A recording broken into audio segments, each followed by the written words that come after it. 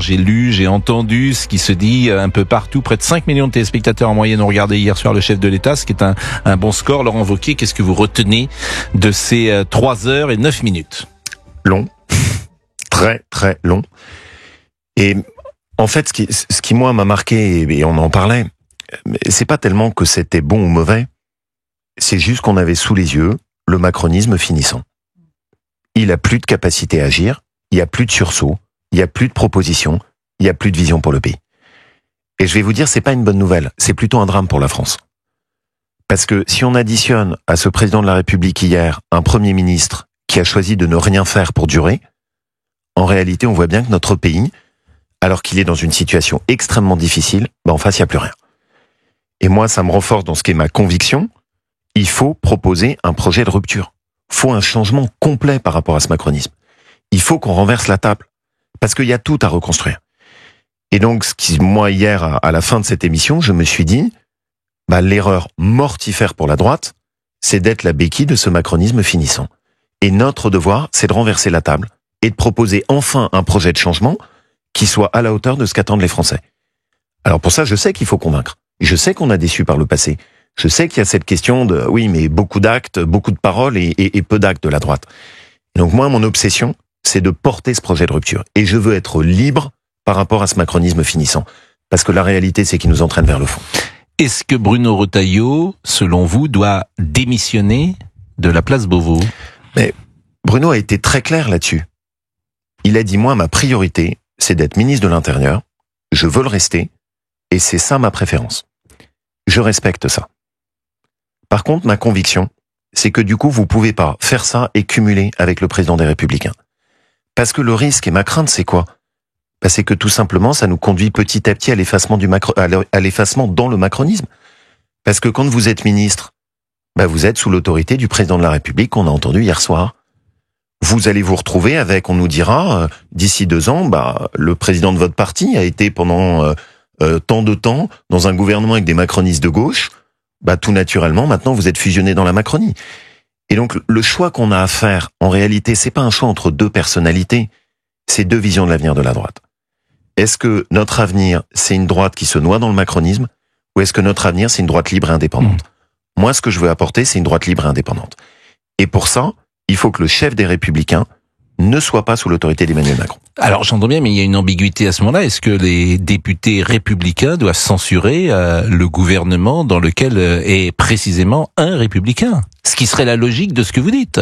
Si vous voulez pas vous noyer dans le macronisme, faut à ce moment-là censurer. Alors, je vais être très précis dessus. On a exclu la censure. Je comprends le débat. Je vais vous expliquer pourquoi. Parce que je considère que le pire pour un pays, c'est le chaos. Donc on a assumé ça, on a dit pas de censure.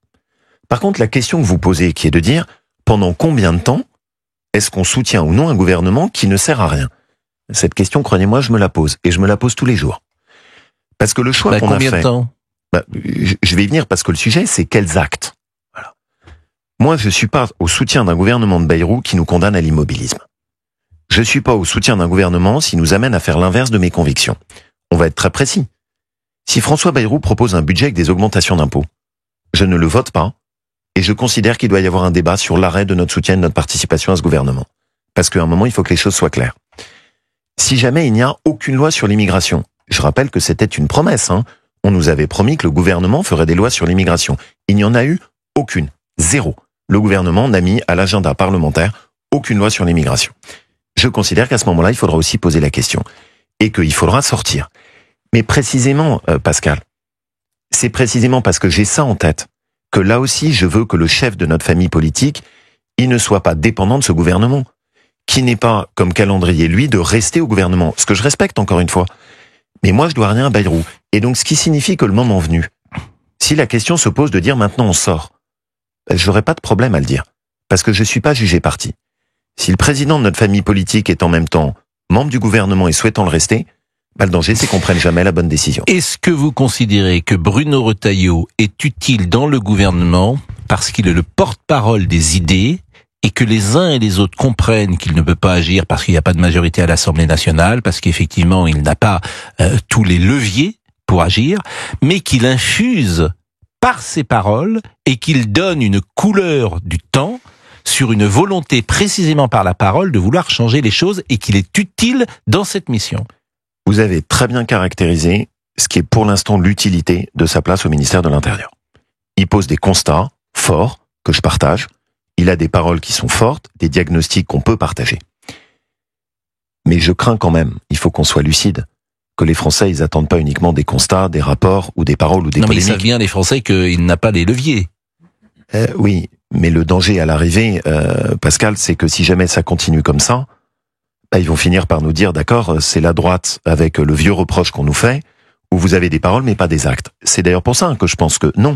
Pour l'instant, oui, ça peut suffire, mais sur la durée, évidemment que non. Ce que les Français attendent, c'est qu'il y ait une inversion. Ce qu'ils attendent, c'est qu'à un moment, ils se disent, bon, quand il y a un ministre républicain, c'est pas la même chose que quand c'était un ministre macroniste. Et ça me renforce d'ailleurs aussi dans ma conviction. Et vous savez ce que je propose? C'est qu'il faut que chacun soit dans son rôle. Aujourd'hui, avec l'explosion de l'insécurité en France, c'est pas réaliste de se dire que vous pouvez être ministre de l'Intérieur et faire autre chose en même temps. Et moi, ce à quoi je crois, chacun dans son rôle, c'est pour ça que je propose un duo, Bruno au ministère et moi au parti. On va parler bien sûr d'Emmanuel Macron, de vos propositions, mais parlons aussi de vous, parce que vous venez d'une image qui était assez abîmée, parce qu'on ne vous avait pas vu, beaucoup vous reprochaient d'ailleurs de ne pas parler, et puis vous avez occupé le terrain depuis 6 mois. J'ai le sentiment que cette image, vous avez réussi à la modifier, à apporter plus de sincérité, d'authenticité, de souplesse aussi à une image qui était assez dégradée, disons-le. Alors est-ce que vous regrettez pas d'être parti un peu trop tard, d'une certaine manière? Vous dites, mais pourquoi je me suis tu? Parce qu'il semble quand même que quand vous parlez, il y a une forme d'efficacité, et puis les gens se sont rendus compte que vous n'étiez peut-être pas exactement l'image qu'ils avaient de vous. Déjà, il vaut mieux que ce soit dans ce sens-là. Hein. Alors, on va pas faire de psychanalyse, bien sûr, mais il y a toujours ce domaine, il y a toujours l'incarnation, ça compte en France. Bien sûr. Que vous rencontrez les gens et ils vous aiment ou ils vous aiment pas, pour faire court. Bon, j'ai l'impression qu'ils vous aimaient pas trop et qu'ils vous aiment un peu mieux. Il y a une phrase que Denis Tillignac disait de Jacques Chirac. Si vous voulez détester Jacques Chirac, faut pas le rencontrer. J'essaye d'expliquer ce que je veux porter. J'essaye d'expliquer ce que je veux faire. J'essaye d'expliquer ce que j'ai dans les tripes, ce pourquoi je veux me battre. Après, je regrette pas aussi d'avoir fait cette période où j'ai pris du recul, où j'ai essayé de réfléchir, j'ai travaillé sur les erreurs que j'avais faites. Et aussi, quand même, je veux le dire, je me suis occupé de ma région, où j'ai eu une seule ligne directrice, mettre en œuvre mes paroles. Parce que vous l'avez dit, c'est bien les paroles. Mais enfin, ce qu'attendent les Français, c'est des actes de la part de la droite. Et donc, j'ai géré ma région Auvergne-Rhône-Alpes. Je suis la seule région de France à pas avoir augmenté un seul impôt, une seule taxe. Je n'ai eu aucun compromis face au wokisme ou à la déconstruction. Quand le maire de Grenoble a mis en place le burkini dans les piscines municipales, j'ai fait sauter toutes les aides de la région. J'ai défendu ce à quoi je crois, le travail contre l'assistanat. Et donc, je regrette pas ça. Maintenant, voilà, je suis revenu, je veux faire au niveau national ce que j'ai fait dans ma région, et je veux surtout qu'on porte ce qui est ma conviction, c'est une droite qui apporte une rupture. Parce que la leçon de tout ça, quand même, si on est lucide, c'est qu'on va pas redresser le pays dans le cadre du macronisme, on va pas redresser le pays dans le cadre du gouvernement de Bayrou. Je vais vous dire, on va même pas redresser le pays en restant dans le système actuel. Parce que le système actuel, entre les juges des cours suprêmes, la bureaucratie administrative, exemple l'ARCOM, ou encore les organismes militants d'extrême gauche qu'on finance à coup de subventions publiques, il est fait pour condamner à l'impuissance la politique de droite. Et donc moi, ma proposition, c'est un projet de changement total, c'est-à-dire on renverse la table, on reprend la main, pour qu'à nouveau les Français puissent choisir le destin de leur pays. Vous regardez par exemple cette question de référendum. Enfin, objectivement, moi je faisais des bons quand j'entends Emmanuel Macron nous expliquer « Ah mais non, je vois pas quelle question on pourrait poser sur un référendum sur l'immigration et à quoi ça servirait. » Pourtant c'est une évidence. Enfin, c'est une évidence. Il n'y a pas de sujet sur lesquels les Français sont plus en attente. Et c'est quoi la question sur l'immigration? Est-ce que vous êtes d'accord pour continuer à ce que les étrangers qui arrivent sur notre sol puissent toucher des aides sociales sans avoir jamais travaillé? Simple. C'est possible dans le cadre de l'article 11. Ça permet de couper ce qui est le moteur de la pompe aspirante. Et au moins les Français arbitrent. Vous savez qu'au cours des 12 mois qui viennent de s'écouler, notre pays a délivré le record historique de titres de séjour. Jamais on en a pris autant. Jamais. Et donc, si à un moment on veut trancher, il faut qu'on change notre politique.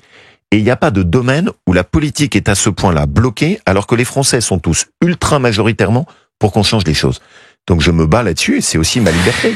Est-ce que vous êtes favorable à des quotas Et j'ai posé la question l'autre jour à Bruno Retailleau. J'étais étonné, d'ailleurs, qu'il ne le soit pas. Et j'ai été étonné aussi que Monsieur Retailleau puisse imaginer des régularisations. On pourrait imaginer en France qu'il n'y ait plus de régularisation, ce qui serait aller au-delà de ce qui est proposé par les Républicains. Et cette question des quotas, il n'est pas favorable à des quotas. Vous voyez, ça aussi, c'est peut-être aussi une différence, c'est que sur la durée, ma crainte, c'est que dans un gouvernement macroniste, petit à petit, on se dilue. Moi, je vais être très clair, je suis contre le regroupement familial. Je pense qu'il faut qu'on l'arrête. On a commencé à le faire avec une loi à Mayotte, portée par les députés de mon groupe. Je suis pour qu'on mette des quotas. Je suis pour l'arrêt total de toute régularisation, parce que je trouve que c'est profondément injuste d'avoir des gens qui font l'effort d'essayer de respecter nos règles et qui le font loyalement, et qu'à l'arrivée des gens qui sont rentrés clandestinement, on finit par les régulariser. Et je vais même aller jusqu'au bout de ce que je pense. Je vais vous dire, les quotas, des tout petits quotas. C'est-à-dire que les quotas, nous sommes d'accord, c'est l'immigration légale. Oui. Et on dit en France, cette année, il sera possible que 20 000, 50 000, 100 000, je n'en sais rien. Aujourd'hui, il y a 110 000 étudiants. Je suis pas sûr que les 110 000 étudiants méritent véritablement de venir en France. Non. Par exemple. Bon, mais ces quotas, nous sommes d'accord que c'est sur l'immigration légale. On est bien d'accord, c'est une évidence. Et c'est le système canadien et qui permet de beaucoup mieux réguler l'immigration.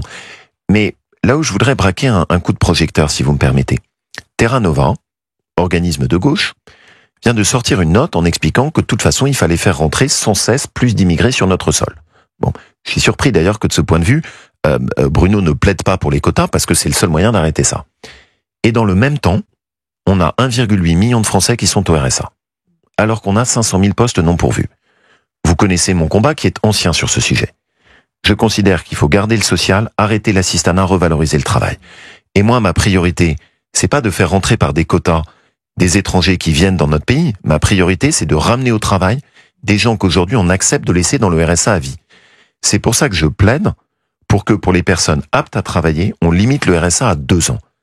Et cette note de Terra Nova me fait peur parce que c'est toute la pensée de gauche qui consiste à dire « Ah bah tiens, vous voyez bien, personne ne prend ces jobs.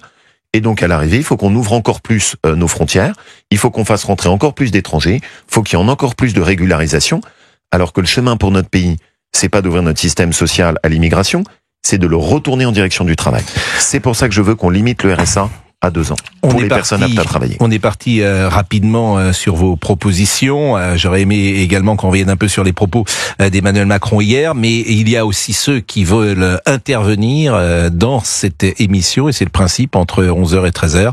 Donc nous sommes avec Gilles qui habite Évreux. Bonjour Gilles. Oui, bonjour Pascal. Gilles, il y a une question qui est importante, et on l'a vu d'ailleurs sur le service public ce week-end, c'est d'où vous parlez. C'est une formule des marxistes qui disaient cela, d'où vous parlez. Alors est-ce que vous êtes un électeur de droite ?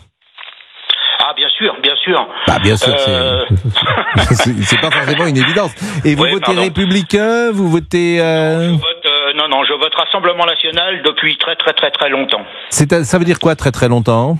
Oh, ça veut dire une trentaine d'années. Donc vous avez, et avant vous étiez peut-être dans la famille de droite plus traditionnelle avec Valéry Giscard d'Estaing ou Jacques Chirac ? Non, à l'époque, figurez-vous que j'avais tendance à croire au socialisme, et puis j'ai goûté et c'est fini quoi. C'est terminé. Vous avez quel âge, Gilles ? J'ai 63 ans. Et donc, quelle profession faites-vous ? J'étais agent hospitalier. Bon, vous avez une question peut-être ou une analyse à produire à Laurent Wauquiez ? Alors, bonjour Monsieur Wauquiez. Bonjour Gilles. Bonjour. Écoutez, moi je suis, j'ai quelque chose à vous reprocher et je voudrais que vous m'éclairiez là-dessus. C'est pourquoi vous vous êtes déclaré aussi tard. Ça fait des années qu'on attend votre parole. Moi personnellement, parce que on se dit toujours que le Rassemblement National c'est bien, mais on se demande toujours si on va y arriver. Alors moi j'espérais qu'à droite il y ait une personne qui ressorte du lot. J'ai vu Madame Pécresse, écoutez, franchement c'était à rire. Alors moi ma question elle est simple, c'est pourquoi vous avez mis autant de temps. Alors maintenant vous avez Monsieur Retailleau sur les talons. Alors évidemment vous allez de proposition en proposition, c'est très bien. Mais voilà quoi. Moi j'aurais voulu que vous vous déclariez il y a quelques années quoi, parce que on voit la politique d'Emmanuel Macron. On a vu hier soir encore ce qu'il a dit, mais c'est franchement, j'ai tenu le coup jusqu'à la fin, mais j'étais dans une colère quand on voit que ce monsieur nous dit soyons fiers de la France, mais quand on voit ce qu'il a fait de la France, j'ai entendu un chiffre, je ne sais pas s'il est vrai. Il paraîtrait qu'on a 3,5 millions d'étrangers arrivés depuis qu'il est au pouvoir, Et quand on lui parle du regroupement familial, il a l'air de dire que on va continuer comme ça. Je sais pas s'il se rend compte, ce monsieur. Après, il a Madame Verdier-Molinier devant lui. Il conteste, il la laisse pas parler, alors qu'elle arrive avec des chiffres. Cette dame, elle connaît son travail. Hein. Il conteste tout. Alors, franchement, voilà quoi. Moi, j'aurais voulu à droite qu'il y ait une personne qui se réveille un peu plus tôt, et peut-être qu'on n'en serait pas où on en est aujourd'hui quand on voit les. Alors, au-delà de la question que j'avais déjà posée, d'ailleurs, est-ce que vous n'êtes pas parti trop tard? La vraie question que pose aussi Gilles, c'est pourquoi la droite n'a pas été de droite pendant 40 ans. Et ça, c'est une question que j'entends souvent. Pourquoi elle n'a pas assumé idéologiquement, culturellement, d'être à droite? Et je ne parle pas forcément de l'économie. Alors, d'abord là-dessus, je pense qu'il faut être clair. On a une droite qui, pendant trop longtemps, a été sous la torpeur de la pensée de gauche. Moi, je me suis jamais soumis à ça. Souvenez-vous, il y a 10 ans, j'ai dénoncé le cancer de l'assistanat. Il y a maintenant 5 ans, je proposais qu'on mette des mesures radicales sur les fichiers S. Quand j'étais président des Républicains, j'alertais sur le danger que la France ne soit plus la France demain. Donc je me suis jamais soumis à cette pensée de gauche. Je pense que le problème, c'est quoi? C'est qu'en fait, on a une droite qui a cru qu'elle pouvait changer notre pays sans avoir le courage de changer le système. Et qu'à l'arrivée, elle s'est empêtrée. Parce que le système est plus fort. Que Nicolas Sarkozy, qui avait quand même une énorme détermination, je me permets de lui rendre quand même hommage parce que je veux quand même pas qu'on caricature, la réalité c'est que la France était mieux gérée à l'époque de Nicolas Sarkozy que ce qu'elle est aujourd'hui quand même, ne l'oublions pas. L'insécurité était 2 fois plus faible, l'immigration 2 fois plus faible, et notre pays n'était pas la lanterne rouge de la zone euro en termes de budget et de déficit. Mais bon, je suis d'accord qu'on n'est pas allé au bout. La leçon pour moi, elle est très gaulliste. Quand vous arrivez et que vous pensez que juste parce que vous avez des bonnes idées, vous allez être plus fort que le système, c'est le système qui vous tue. Quand le général de Gaulle arrive au pouvoir en 1958, il change la constitution de la 4e, parce qu'il a conscience que sinon il va être condamné à l'impuissance comme les autres. Et par rapport à la question de Gilles, c'est précisément pour me confronter à ça, Gilles. Le sujet, c'est pas de partir le plus tôt, le sujet c'est d'arriver quand vous êtes prêt et que vous pouvez apporter ce que vous avez à apporter au pays. Et je me suis concentré sur ma région parce que j'ai voulu précisément faire ce que Pascal Praud reproche à juste titre à la droite, mettre en œuvre nos idées. Et dans ma région, je l'ai fait méthodiquement, sans jamais faire la moindre compromission. Parce que j'ai voulu montrer que c'était possible d'avoir une droite qui assume ses idées, qui soit courageuse, et qui représente pour vous, et je suis sensible à ce que vous avez dit. Aussi, le fait de se dire, si on a une vraie droite, moi je suis prêt à lui faire à nouveau confiance, à condition que ce soit une vraie droite. Une dernière question très rapide, parce que je voudrais qu'on écoute également Audrey. Gilles? Oui, Pascal, merci.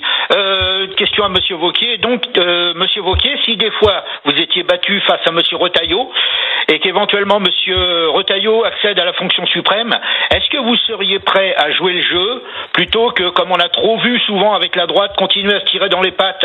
Est-ce que vous seriez, par exemple, intéressé par un poste de Premier ministre? Alors, 1, je serais pas battu, Gilles. Et 2, je l'ai dit, je suis obsédé par cette idée du rassemblement. Je sais comme la division a coûté à la droite. Moi, jusqu'au bout, j'avais proposé à Bruno Retailleau qu'on travaille ensemble. Ma proposition, c'est un duo avec Bruno Retailleau, mais pas un duo avec Édouard Philippe. Je veux pas qu'on s'y trompe.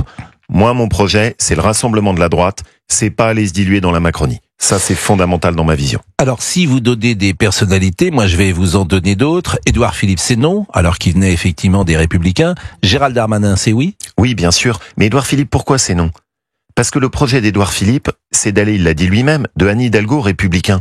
Ça s'appelle la Macronie. Faire en même temps de la gauche, du centre et de la droite. C'est-à-dire tout ce qui nous a emmenés dans le mur.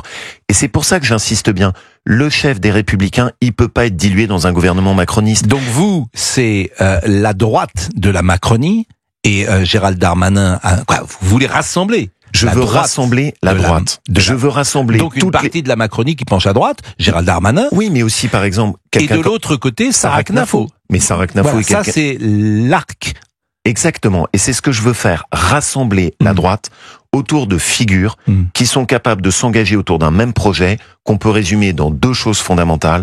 1, remettre de la sécurité et de l'ordre dans un pays qui est submergé par l'insécurité et l'immigration.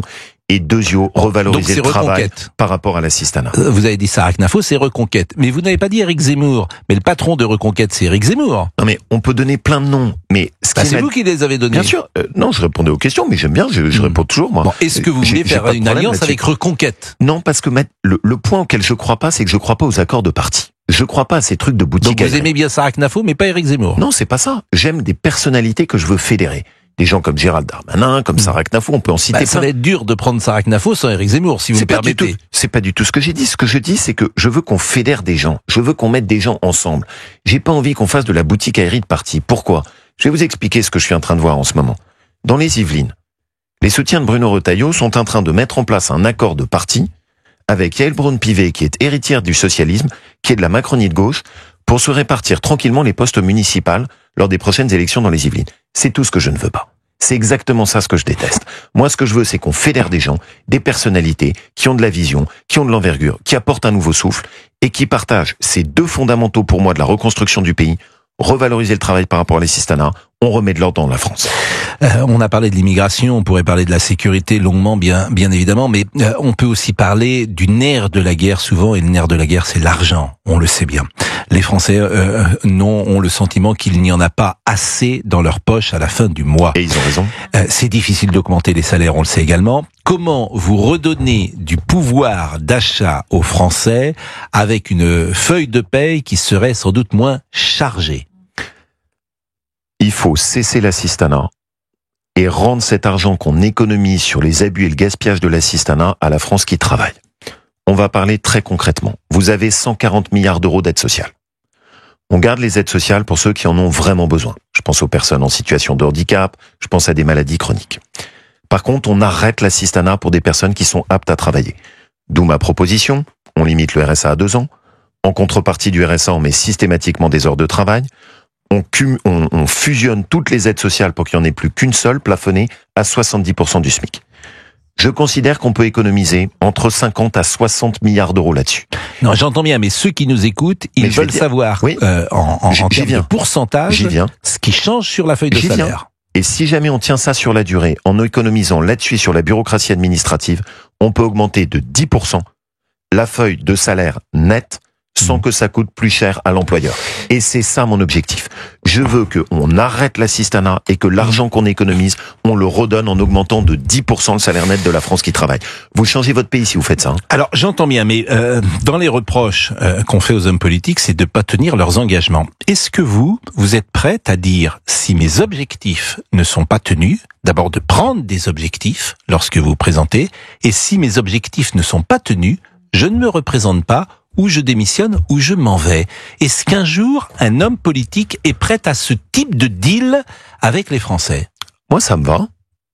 Parce que c'est ce que j'ai fait chez moi. Chez moi, j'avais dit je n'augmenterai aucune taxe ou aucun impôt dans ma région Auvergne-Rhône-Alpes.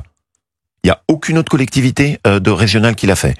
Je l'ai tenu, je m'y étais engagé, et j'ai rendu des comptes aux habitants de ma région, et ils ont même vu que j'ai baissé la taxation sur l'essence. Personne d'autre ne l'a fait. Et donc moi, j'aime bien cette idée de on se met dos au mur, et on dit, voilà les engagements que je prends. Ce combat contre l'assistanat, ça fait quoi? Ça fait 10 ans que je le mène. Je me suis pas réveillé maintenant. Ça fait 10 ans que je tire les sonnettes d'alarme en disant, l'assistanat va être un cancer pour notre pays. Ben, on y est.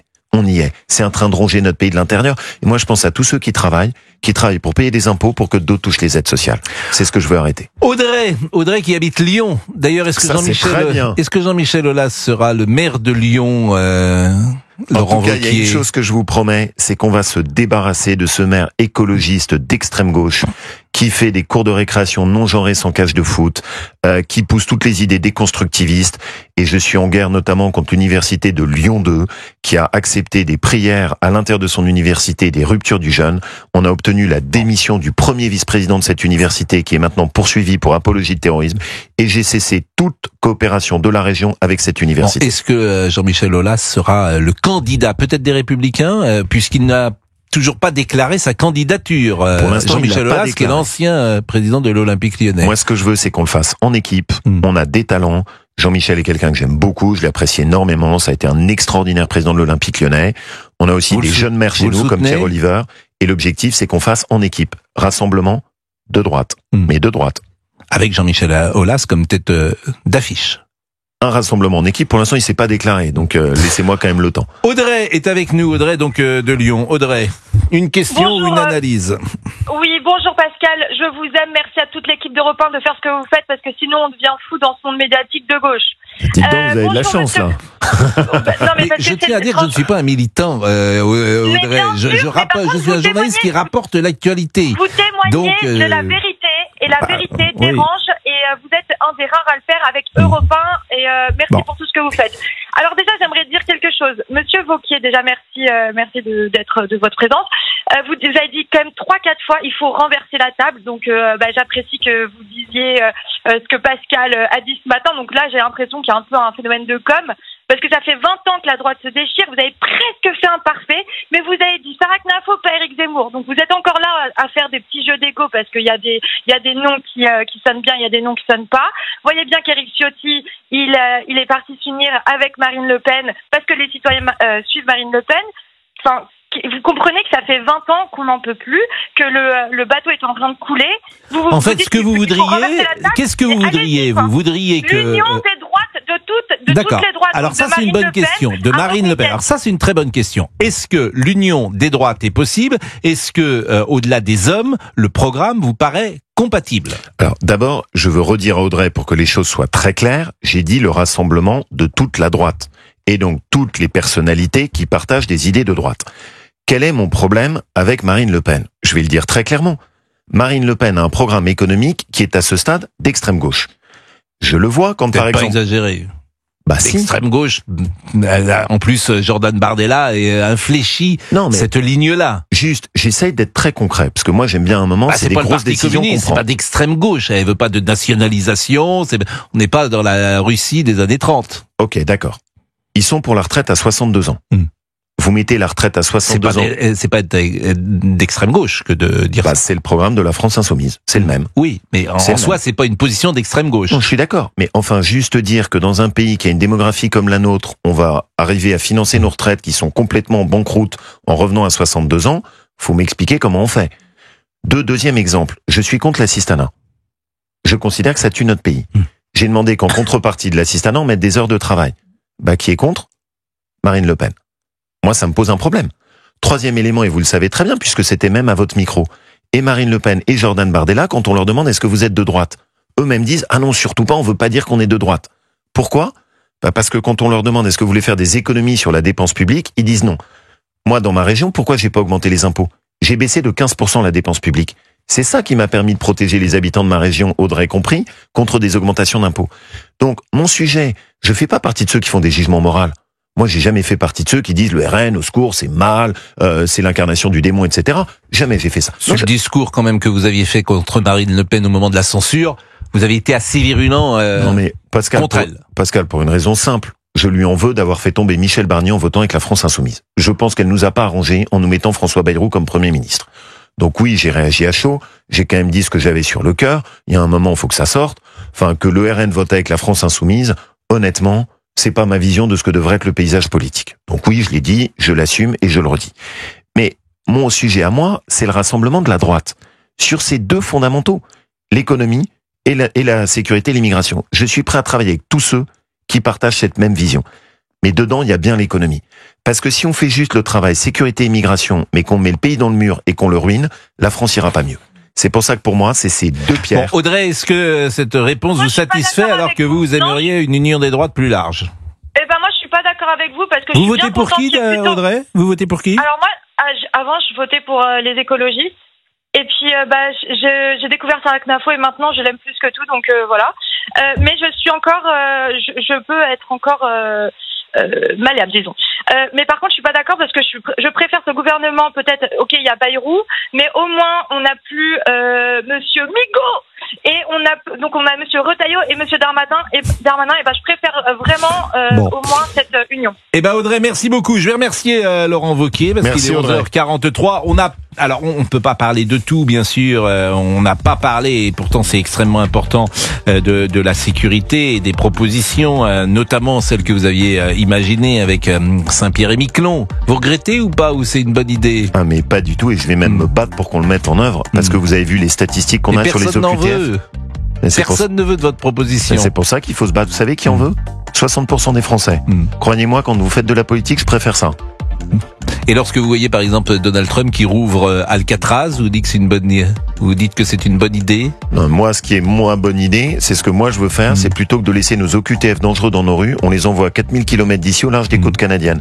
Non seulement j'assume, je maintiens, mais je veux le faire. Mais quand on dit renverser la table, par exemple, je sais qu'aux États-Unis, à un moment, je sais pas si ça existe toujours, au bout de la 3 ou 4e récidive pour un fait délictuel, il y avait 25 ans de prison pour empêcher justement cette récidive. Est-ce que vous êtes prêt à réfléchir à ce type de solution radicale? Oui, évidemment, parce que sinon on s'en sortira jamais. Vous voyez bien l'installation de l'insécurité, mais ma préoccupation, c'est pas d'agir au bout de la 3e. Ma préoccupation, c'est que nous, en France, on tape pas au premier délit. Et même 15 jours de prison dès le premier délit, mettre des amendes, faire payer, taper au portefeuille, je pense qu'il faut faire dès le premier délit. C'est plus à ça que je réfléchis. Merci beaucoup Laurent Wauquiez. Élection ce week-end. Qui sera président des Républicains? Ce sont les Républicains qui votent uniquement. Il faut avoir sa carte. Une droite libre et indépendante et qui ne soit pas sous la tutelle d'Emmanuel Macron. C'est ça dont on a besoin.